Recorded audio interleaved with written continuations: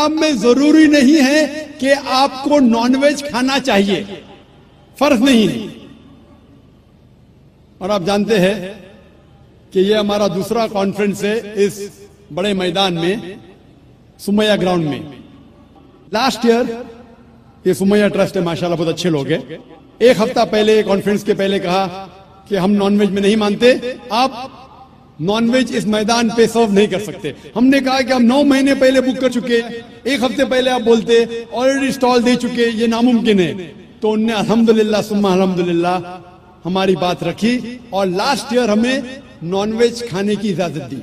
इस साल जब हमने बुकिंग की, पहले शर्त लगाई कि इस मैदान में नॉनवेज सर्व नहीं होगा।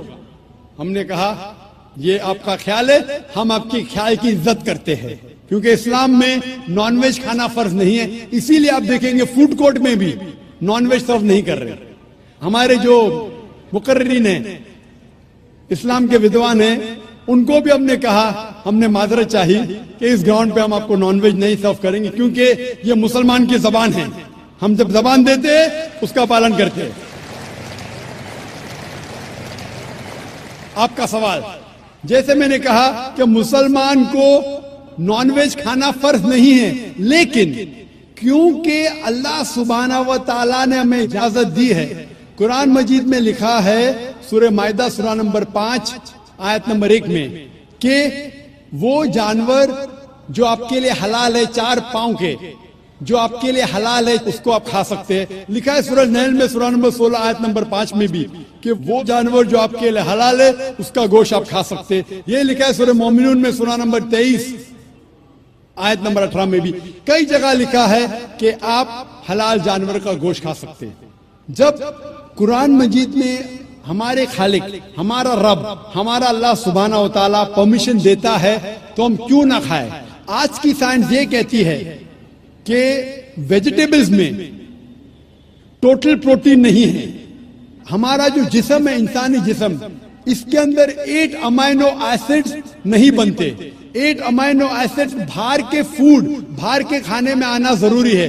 कोई भी वेजिटेबल दुनिया में नहीं है जिसमें सारे 8 अमाइनो एसिड मौजूद है। लेकिन नॉनवेज फूड में अल्हम्दुलिल्लाह सुम्मा अल्हम्दुलिल्लाह कई नॉनवेज फूड में सारे अमाइनो एसिड जो जिस्म नहीं पैदा करता है, इसे कहते हैं इसेंशियल अमाइनो एसिड मौजूद है। इसे कहते हैं टोटल प्रोटीन। आज की साइंस ये कहती है कि non veg food is nutritious, it is full of protein. और हम जब तहकीक करते हैं तो हमें पता चलता है कि जब हम हर्बिवोरस एनिमल को देखते हैं, गाय, भेड़, बकरी, ये सिर्फ वेजिटेबल्स खाते हैं, सिर्फ घास फूस खाते हैं। जब इनकी दांत को हम देखते हैं, इनके दांत दे आर फ्लैट टीथ, इनके चपटे दांत है। ये सिर्फ भाजी खा सकते, गोश्त खा ही नहीं सकते। जब हम मांसाहारी जानवर को देखते हैं, शेर, शेर बब्बर, चीता, हम देखते हैं इनके दांत को जब देखते हैं, इनके दांत नोकीले हैं, कैनाइन टीथ। ये सिर्फ गोश्त खा सकते, भाजी पाला नहीं खा सकते। लेकिन जब हम इंसान के दांत, आप अगर जाएंगे मिरर में देखेंगे, आईने में अपने दांत, मैं देखूंगा अपने दांत, तो पता लगता है कि खुदा ने हमें चपटे दांत दिए, फ्लैट टीथ, उसके साथ साथ नोकीले दांत दिए, herbivores teeth and carnivorous teeth. अगर खुदा, अगर ईश्वर चाहता था कि सिर्फ मैं भाजी पाला खाऊं तो ये नोकीले दांत क्यों दिए? गोश्त खाने के लिए। आज की साइंस कहती है डाइजेस्टिव सिस्टम जो है, जो शाकाहारी जानवर के डाइजेस्टिव सिस्टम है, वो सिर्फ वेजिटेबल डाइजेस्ट कर सकते हैं, भाजी पाला, गोश्त को डाइजेस्ट नहीं कर सकते। लेकिन जो कार्निवोरस एनिमल्स है, कार्निवोरस जानवर है, लायन, टाइगर, लेपर्ड, वो सिर्फ गोश्त को डाइजेस्ट कर सकते, भाजी पाला डाइजेस्ट नहीं कर सकते। इंसान का डाइजेस्टिव सिस्टम है, इसमें स्मॉल इंटेस्टाइन है, इसमें लार्ज इंटेस्टाइन है। ये भाजी पाला भी डाइजेस्ट कर सकती है, गोश्त भी डाइजेस्ट कर सकती है। अगर खुदा चाहते थे कि सिर्फ हम भाजी पाला खाए तो नॉनवेज फ्लेश डाइजेस्ट करने का डाइजेस्टिव सिस्टम क्यों दिया? क्योंकि हम फ्लेश खा सके, गोश्त खा सके। बहुत से गैर मुसलमानों को ये गलत फहमी है कि उनके मजहब में गोश्त खाना हराम है। और कई हिंदू समझते हैं कि उनके मजहब में लिखा है कि गोश्त खाना हराम है, और आपने कहा कि हमारे धर्म में गोश्त खाना हराम है। भाई साहब, आपको आपके धर्म का इल्म कम है, इसीलिए मैं कहता हूं कि हिंदुइज्म जानने के लिए हिंदू की तरफ मत देखिए, हिंदू ग्रंथ का मुताला कीजिए। जब आप हिंदू ग्रंथ का मुताला करते हैं, लिखा है मनुस्मृति में चैप्टर नंबर 5 श्लोक नंबर 30 में, उसमें लिखा है कि ईश्वर ने कुछ जानवर बनाए खाने के लिए और कुछ जानवर को खा जाने के लिए। God has created some animals to eat and some to be eaten. अगर आप उस जानवर को खाते हैं जिन जानवर को खुदा ने बनाया है खा जाने के लिए, तो आप गुनाह नहीं कर रहे। If you are eating the animals who God has created to be eaten, you are not doing a sin. आगे जब पढ़ते लिखा है मनुस्मृति में चैप्टर नंबर 5 में अध्याय नंबर 5 में मंत्र नंबर 40 में कि खुदा ने कुछ जानवर बनाए हैं कुर्बानी के लिए। अगर आप कुर्बानी में जानवर का कत्ल करते हैं तो आप गुनाह नहीं करते। आगे लिखा है मनुस्मृति में चैप्टर नंबर 5 मंत्र नंबर 41 में कि जानवर का कत्ल करना जो जानवर खाने के लिए बनाए गए हैं वो गुनाह नहीं है। इसी तरीके से कई जगह वेद में लिखा है कि ऋषि गोश्त खाते थे, जानवर को खाते थे। वक्त नहीं है डिटेल में बात करने का, लेकिन अगर आप महाभारत पढ़ेंगे अनुशासन पर्व चैप्टर नंबर 88, इसके अंदर युधिष्ठिर जो पांडव का एक भाई था वो पूछता है भीष्म से कि हम यज्ञ में पूजा में क्या खाना दे भगवान को, ईश्वर को, ताकि हमारे पुरखों को संतुष्ट मिले। तो भीष्म कहता है युधिष्ठिर से कि आप यज्ञ में अगर भाजी पाला देंगे तो हमारे बाप दादा 1 महीने के लिए खुश रहेंगे। अगर आप मच्छी देंगे 2 महीने के लिए, अगर आप खरगोश देंगे 3 महीने के लिए, अगर गोश्त देंगे तो 4 महीने के लिए, अगर आप बेकन देंगे तो 5 महीने के लिए, अगर परिंदे का गोश्त देंगे तो 6 महीने के लिए, अगर हिरन का गोश्त देंगे तो 7 महीने के लिए। पूरा मेन्यू है माशाअल्लाह, बड़ा मेन्यू है।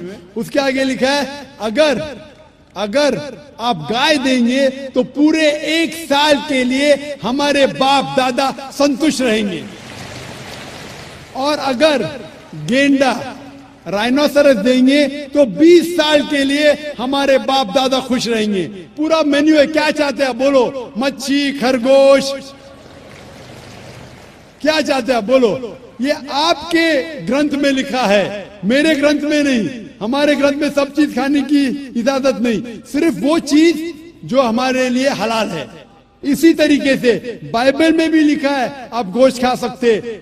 अक्सर धर्म की किताबों में लिखा है कि आप गोश्त खा सकते हैं।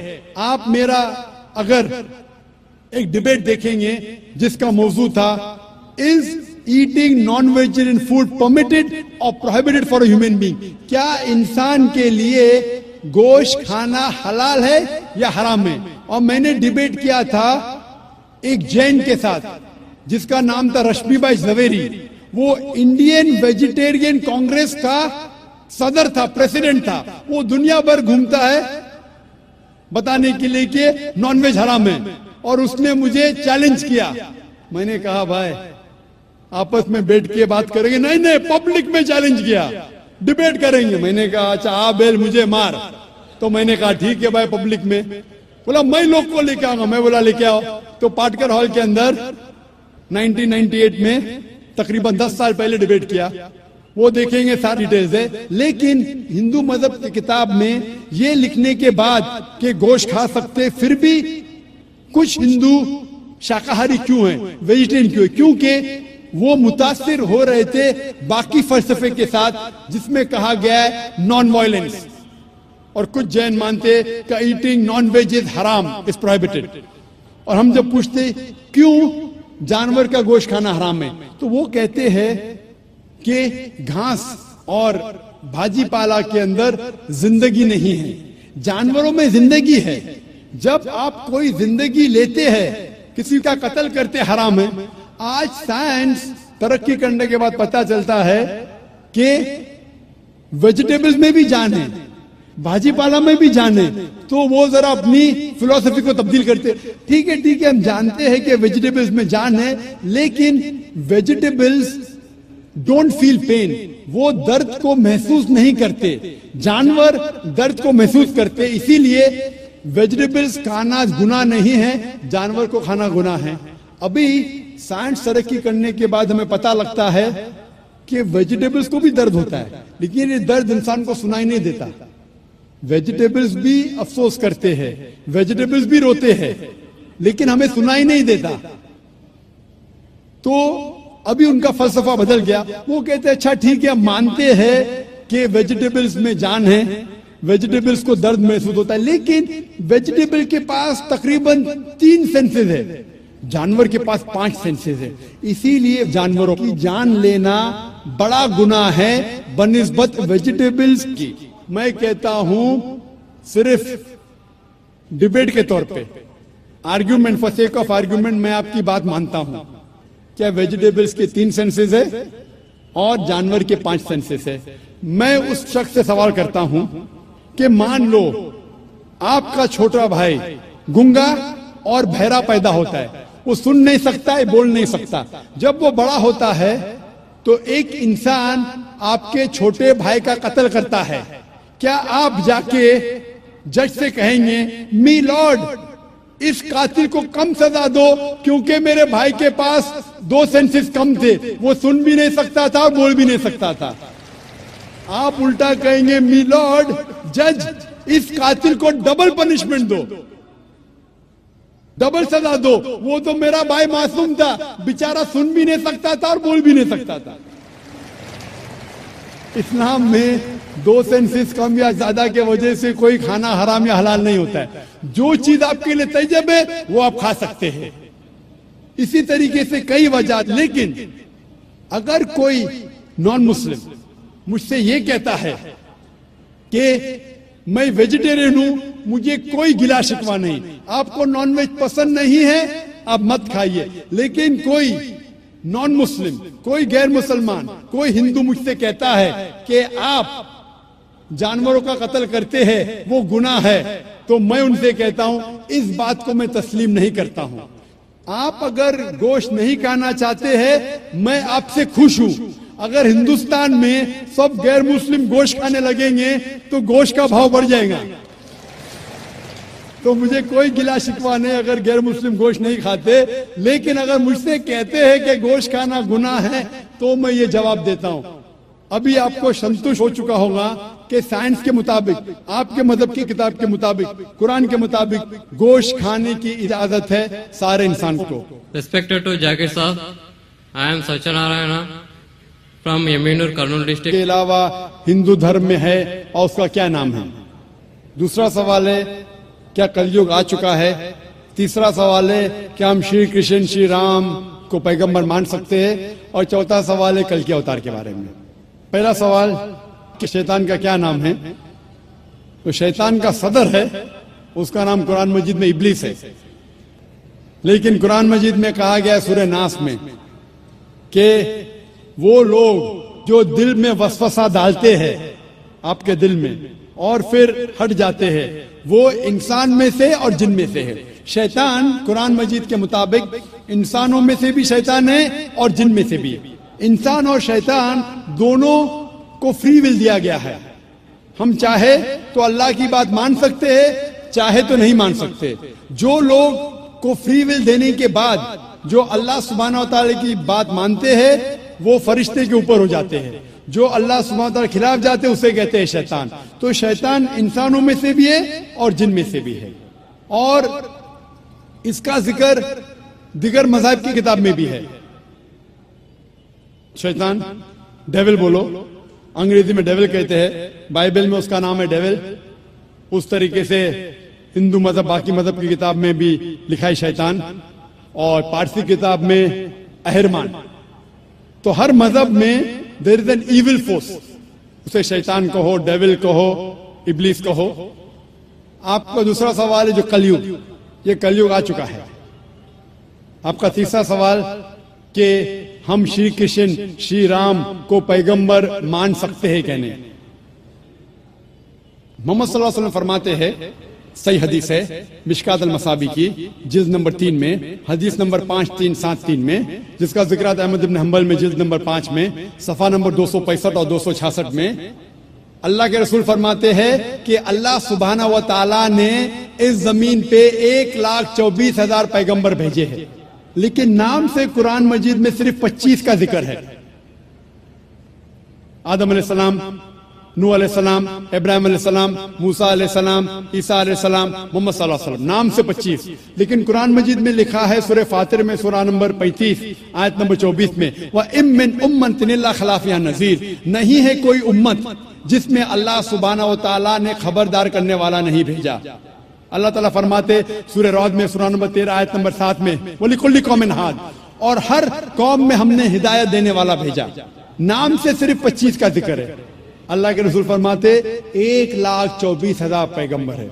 आप मुझसे पूछते हैं, हो सकता है कि श्री कृष्ण पैगंबर थे? क्या हो सकता है कि श्री राम पैगंबर थे? क्योंकि कुरान मजीद में श्री कृष्ण या श्री राम का जिक्र नहीं आता है, नहीं कोई सही हदीस में आता है। इसीलिए मैं ये नहीं कह सकता हूं कि ये पैगंबर थे। मैं ये कह सकता हूं कि हो सकता है, मे भी हो सकता है वो पैगंबर थे या हो सकता है वो पैगंबर नहीं थे, लेकिन ये नहीं कह सकता कि वो 100% पैगंबर थे। कुछ लोग कहते हैं राम अलैहिस्सलाम, ये गलत है, ये कहना गलत है। तो श्री कृष्ण श्री राम हो सकता है पैगंबर थे, हो सकता है नहीं थे, लेकिन अगर वो पैगंबर थे, जितने भी पैगंबर मोहम्मद सल्लल्लाहु अलैहि वसल्लम के पहले आए वो सिर्फ अपने लोगों के लिए भेजे गए थे, अपनी कौम के लिए, और उनका पैगाम महदूद था एक वक्त के लिए। इसीलिए आज आप चाहे इंडिया में जी रहे हैं या अमेरिका में या यूके में या सऊदी अरेबिया में, आज आखिरी पैगंबर जो कुरान में लिखा है सूरह अंबिया में सूरा नंबर 21 आयत नंबर 107 में, वमा अरसलना का इल्ला रहमतुल आलमीन, हमने मोहम्मद सल्लल्लाहु अलैहि वसल्लम को नहीं भेजा लेकिन सिर्फ रहमत बना के सारे आलमीन के लिए, सारे इंसानियत के लिए, सारे जहां के लिए। क्योंकि मोहम्मद सल्लल्लाहु अलैहि वसल्लम आखिरी पैगंबर थे, वो सिर्फ मुसलमान या अरबों के लिए नहीं भेजे गए थे, वो सारी इंसानियत के लिए भेजे गए थे। तो आज चाहे आप हिंदुस्तान में रह रहे हैं या यूएसए में या यूके में या सिंगापुर में या सऊदी में, आपको मानना चाहिए आखिरी पैगंबर मोहम्मद सल्लल्लाहु अलैहि वसल्लम ने। और ये लिखा है हिंदू मजहब की किताब में भी। जिस तरीके से आपने कहा कल के अवतार के बारे में, इसके ऊपर तकरीर दी थी मैंने लास्ट सैटरडे, एक हफ्ता पहले 15 तारीख को इसी स्टेज पे एक हफ्ते पहले मैं तकरीर किया था। मोहम्मद सल्लल्लाहु अलैहि वसल्लम का जिक्र मुख्तलिफ मजहबी किताबों में, और उसमें मैंने कल के अवतार का भी जिक्र किया था। लिखा है कल की पुराना में चैप्टर नंबर 2 में वर्ष नंबर 4, 5, 7, 11 और 15 में कि कल की अवतार आएंगे, भविष्यवाणी है। उसके वालिद का नाम है विष्णु यास, तर्जुमा करते हो जाता है अल्लाह का बंदा अब्दुल्ला। उसके वालदा का नाम है सुमति, तर्जुमा होता है अमन रखने वाली औरत, जिसका तर्जुमा होता है आमिना। कहा गया है कि वो पैदा होंगे संभाला में, अमन की जगह, तर्जुमा है मक्का। वो पैदा होंगे उस संभाला देश के सदर के घर में। हम जानते हैं मोहम्मद सल्लल्लाहु अलैहि वसल्लम कुरैश खानदान में पैदा हुए। इस तरीके से डिटेल में मैंने जिक्र किया था एक हफ्ते पहले कल की अवतार। ये कल की अवतार है आखिरी पैगंबर मोहम्मद सल्लल्लाहु अलैहि वसल्लम। आप ये बात अपने वालिद से कह सकते, और इंशाअल्लाह हम दुआ करेंगे कि आपके वालिद को